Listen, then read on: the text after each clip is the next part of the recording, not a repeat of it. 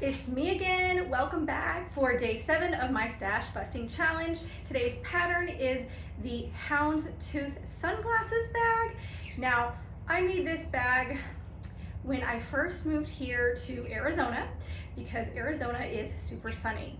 And I have worn glasses since the age of 5. When I was 13, I started wearing contacts, and now that I'm in my mid-40s, my eyes will no longer accept contacts and I have to wear my glasses. But now I live in a state where it's extremely sunny, sun will be in my eyes at all times, I cannot wear transitions, so I actually have to wear glasses on top of glasses, okay? So my sunglasses have to be super big. Yes, I get made fun of all the time. I go in places, people are like, are you wearing glasses under your sunglasses? Yes, I am. Yes, I am, folks. So anyway, that is why I designed the sunglasses bag. It's very large, so it can accommodate my large sunglasses. Now, of course, you can use this for lots of other things. You can just use it as a little bag to carry your gum, your cards, your money, your trinkets, whatever, it doesn't matter. But this is done in the Houndstooth stitch, which I really love. So this does require 2 colors of yarn, but it's super easy to put together, uses up just a bit of stash, and it's fun to make. So let's make this one today. To do this pattern, you will need 2 colors of medium 4 worsted weight yarn, approximately 80 to 150 yards. However, you will need more of one color than the other. So whichever one is going to be your primary color, you're going to want about 3/4 more yarn. For instance, if it's 80 yards, you would want 60 yards of color A and then 20 yards of color B. You will also need 2 crochet hooks, a 5.5 millimeter hook and a 4.25 millimeter hook. You'll need a tapestry needle, a stitch marker, and embroidery scissors. Okay, so today's pattern in the stash busting challenge is the Houndstooth Sunglasses bag. And for the construction, we are going to create a flat foundation base that we are going to turn into working into the round, so that the bag starts out kind of like this, flat, but then works this way and starts to work up like this, okay? So it will start out flat, but then it is going to be worked in the round, working kind of up or up this direction here, okay? So we are going to go ahead and get that started.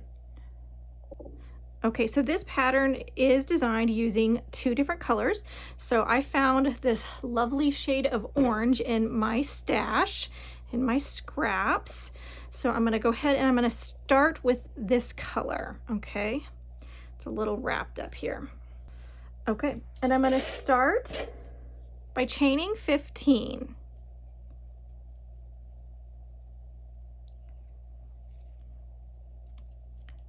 1, 2, 3, 4, 5, 6, 7, 8, 9, 10, 11, 12, 13, 14, and 15. Okay, now I'm going to turn it over and I am going to go into the back post only. That's these little bumps on the underside of the foundation chain. And I'm going to start in the second chain from the hook. So this is 1 and this is 2. And I am going to single crochet. And then I'm going to single crochet in each stitch to the end. And this should give us 14 stitches since we are starting in the second chain from the hook.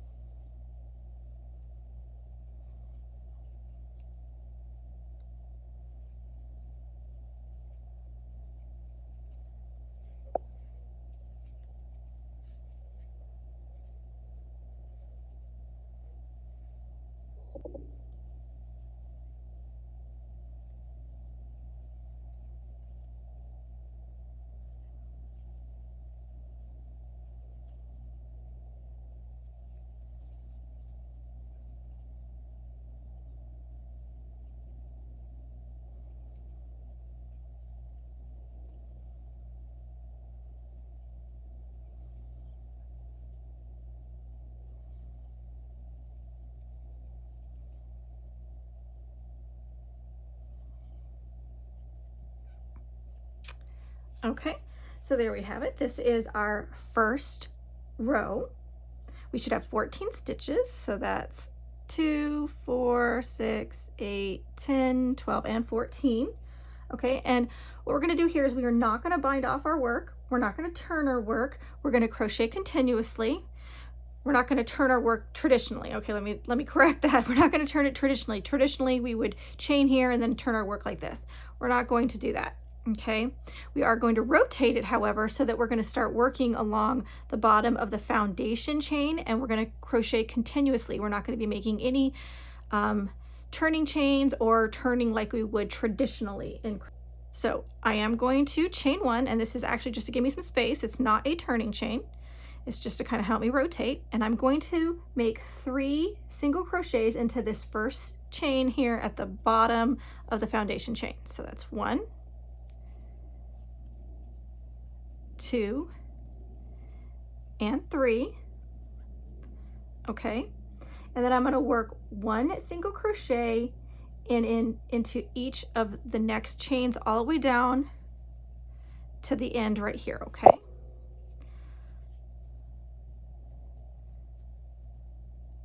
and this is a little tricky because we are going into the bottom of the foundation chain, which does get really tight. Okay, so it'll be easier after we get through this bottom of the foundation chain. So just 1 single crochet in each chain all the way across to the end.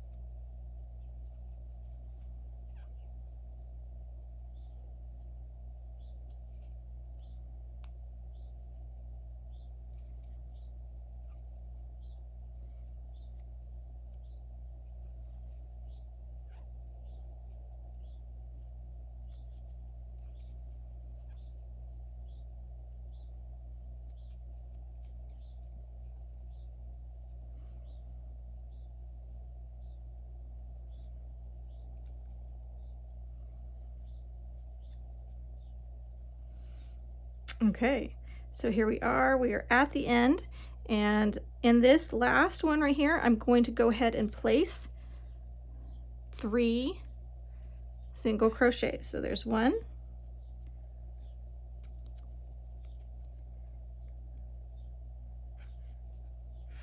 2, and 3. Okay. Okay, and so what we should have at this point is we should have 32 stitches all the way around. Okay, we're going to go ahead and place a stitch marker into that 32nd stitch right there, that final stitch. Okay, and now what we want to do is we want to single crochet into the next stitch. This is the first stitch from round 1. Okay, so that's 1. And then we're going to single crochet in each stitch all the way around. So keeping that stitch count of 32. 2, 3,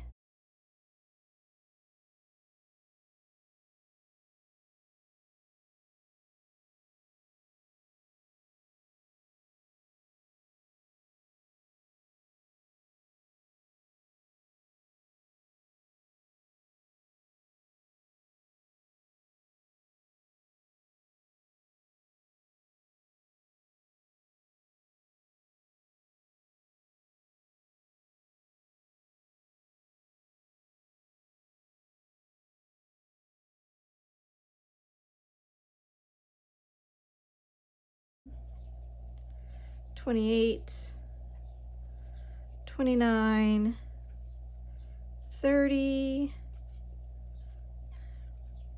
here's 31, and I'm going to go ahead and take out my stitch marker, and there is 32. Okay, and what we're going to do is we're going to repeat that all the way around, all the way up to round 5. This is round 2, and we're going to go up to round 5, and once we get there, we're going to come back and we're going to start working on the body.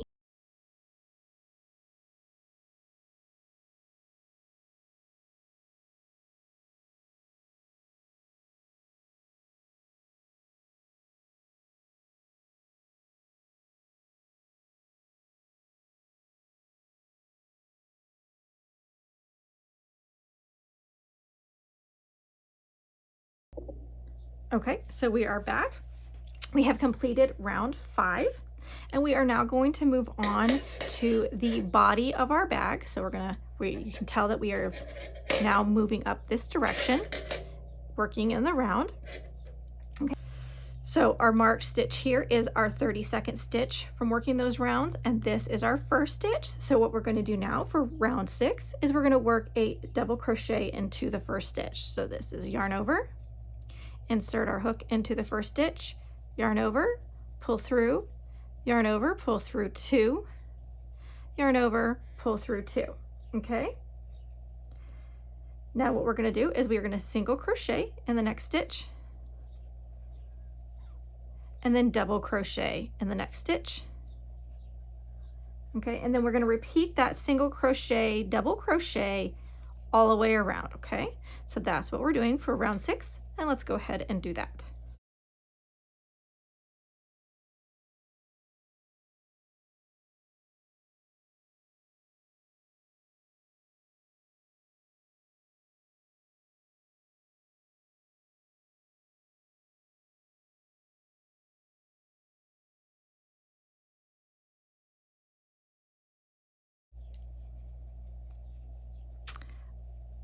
Okay, so here at the end, what we're going to do in the 32nd stitch right here, this one with the stitch marker, is we are going to go ahead and just slip stitch into this stitch to close round 6.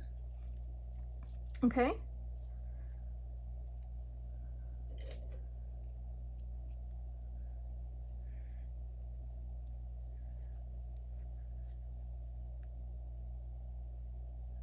And I'm going to go ahead and replace my stitch marker. Okay. Now what we want to do is we're going to change to our second color.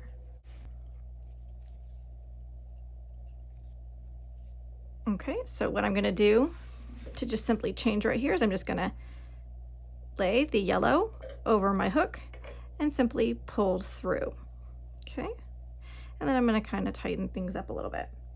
Okay, now what I'm going to do is I'm going to single crochet into our next stitch, which should be the first stitch of the round, and I'm going to continue working with the yellow and drop this orange right here. Okay, so I'm just going to keep working with the yellow. So I'm going to single crochet, and that should be into a double crochet from round 6. And now this is a single crochet in round 6, and I'm going to put a double crochet there. Okay, and this is going to be our repeat pattern for round 7. We are going to place a single crochet in every double crochet and a double crochet in every single crochet all the way around till we get back to our stitch marker. Okay, so let's go ahead and do that.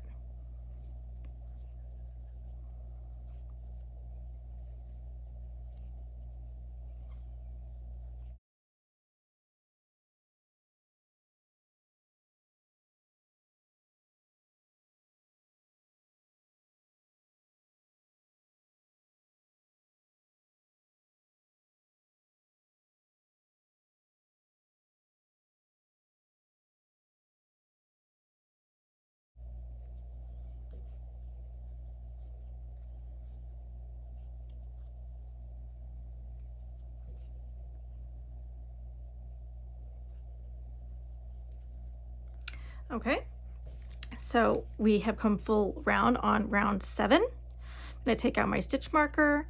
I am going to slip stitch into the 32nd stitch to close this off. Okay.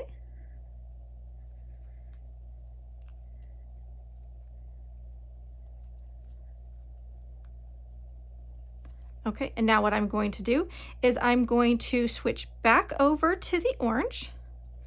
Okay. And I'm going to repeat round 6. Okay, so and for round 6 we are going to double crochet into the next single crochet into the next double crochet into the next single crochet, all the way around. So essentially what we are doing from here on out for the rest of the pattern until we get to the top, we are going to be repeating rounds 6 and 7, including their color changes. So for round 6 we were on orange, round 7 we are on round yellow. So for round 8 we will be on orange, and round 9 will be on yellow. Okay, so we're going to continue to do that all the way around until we get up to row 18. Row 18 should be worked in your original color, which is the same one as round 6. So in my case, it would be orange. Okay, so now as I move on, I'm going to just show you that I am going to just pick up, I'm not going to cut anywhere. I'm just going to pick up the orange that was here, and I'm going to start with my double crochet into this single crochet right here to start round 7. Okay.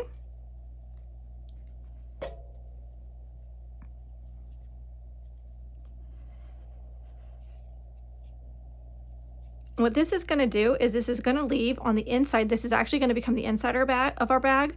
So this is going to leave like a little thread kind of traveling up the inside of the bag, and I'll show you that when it's done, but I am not going to be cutting my yarn at any point. You can cut your yarn if you'd like to, if you want to avoid those little kind of strings coming up. If you would like to cut and weave in each time, that is entirely up to you. I am not going to do that, so just make note of that as I'm working, that you will see that occurring, and then I'm going to flip this on the inside out like this so that those little strings will be on the inside versus the outside.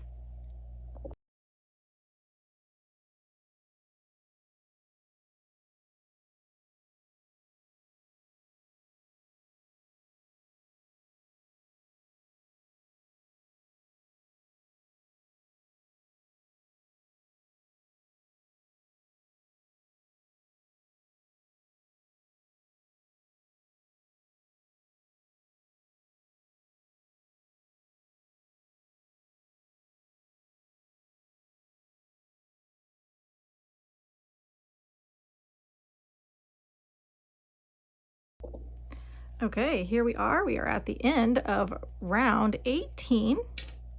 I am going to work my last slip stitch right here.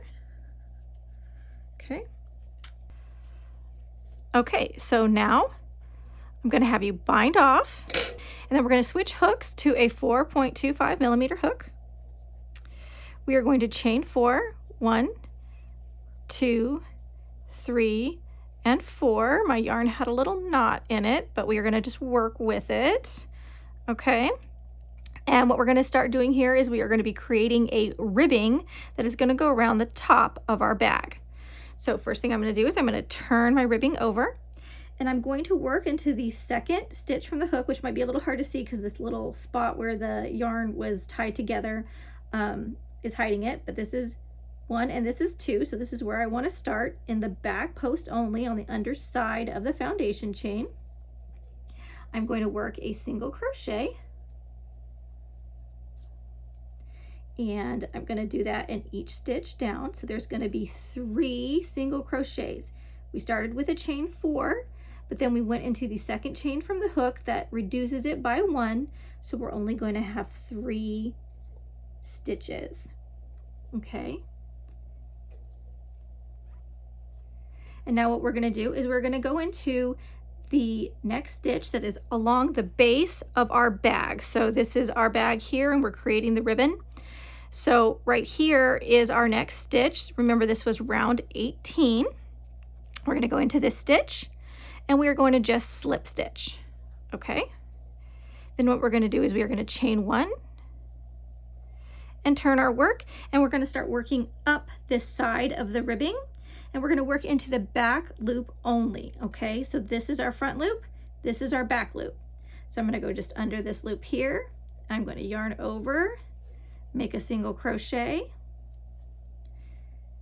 back loop only here, make a single crochet, and then this is going to be hard to find the back. There it is, because we do have that little knot at the top. Okay, I found it. Okay, and make our single crochet. We are going to chain 1 and turn our work, and now we're going to work back down the ribbing. Okay, so I'm going to work into the back loop only, which is again back here, making single crochets. 1, 2, and then this is 3. And again, I'm going to attach it to the base of the bag in the next stitch with a slip stitch, okay? And I'm just going to repeat those 2 rows all the way around. So I'm going to chain 1, turn my work up the ribbing in the back loop only. I'll chain 1 at the top, turn my work down the ribbing in the back loop only, attach it to the bag with a slip stitch, and continue on all the way around. And we get back here, we'll close it up and finish up the bag. All right, so I'm here, I am back at the end. I have my ribbing all the way done except for this little piece right here, and I'm going to show you in a second how to put that together. But I did realize looking back that since this is one of my older patterns, I actually designed this pattern in 2 pieces. So we had the main bag here, and then I actually designed the ribbon separately, and then I seamed it on. So if this technique that I just did here is a little complicated for you, make sure that you go ahead and just follow what's written in the written instructions, which is to make these 2 pieces separately and then seam it on. Since I have done this pattern, I have learned a new way of doing ribbing, which was the method that I showed you here, and it is my go-to method, so I just did it automatically while videoing. So bonus, you learned a new method for putting ribbing on things, okay? So now you have 2 methods. To go ahead and finish this up, since this is the way that I started, what we want to do is we simply want to slip stitch these 2 edges together, okay? Just like in some of our other patterns, I'm just going to slip my hook into this stitch, and I'm going to slip it into the stitch all the way across here, and then pull through and pull through, okay? And now this is going to take some, I'm going to chain 1 here just to give me some space, and I'm going to come through the next stitch, which is down here.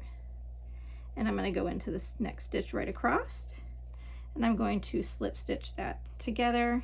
It's a little tight space right here, okay? And then I'm going to slip stitch the last stitches together because there are only 3. Pull that together and slip stitch that, okay? And then I am going to bind off. All right, and ideally what I would do at this stage is I would tie in all my loose ends. Okay, and now quickly, before I finish up, I am going to show you that I had chosen to carry my yarn up through the project, and you can see it right here along the inside of the bag. This is where I carried up the yellow, carried up the yellow, I carried up an orange, carried up an orange, yellow, orange, yellow, orange, all the way up. If you had chosen to cut your yarn with each row, you're going to have a lot more little things to weave in, and I don't like that, so I did carry mine up. So ideally at this point I would weave in all my ends, and then I would turn my bag right side out, because right now it is inside out. The outside of the bag is on the inside. Pull that together. All right, and voila, you have the Houndstooth Sunglasses bag.